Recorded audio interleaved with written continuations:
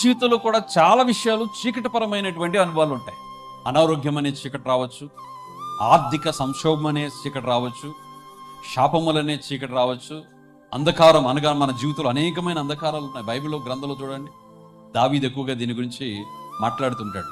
గాఢాంధకారపు లోయలో నేను సంచరించినను ఏ అపాయమునకు నేను భయపడాలి.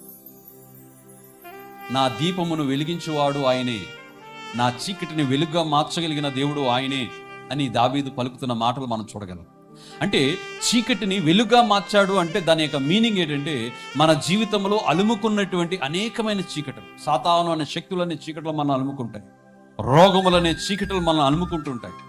అదేవిధంగా అనేక రకాలమైన శుద్ర శక్తులు మన జీవితాలను, మన కుటుంబాలను వెంటాడుతున్నటువంటి చీకట్లు మనం అనుకుంటుంటాయి, శాపములను మనం వెంటాడుతున్నటువంటి చీకట్లు మనం అనుకుంటుంటాయి. ఈ చీకటిలో నుంచి దేవుడు గొప్ప వెలుగును దేవుడు కలగజేసే దేవుడు.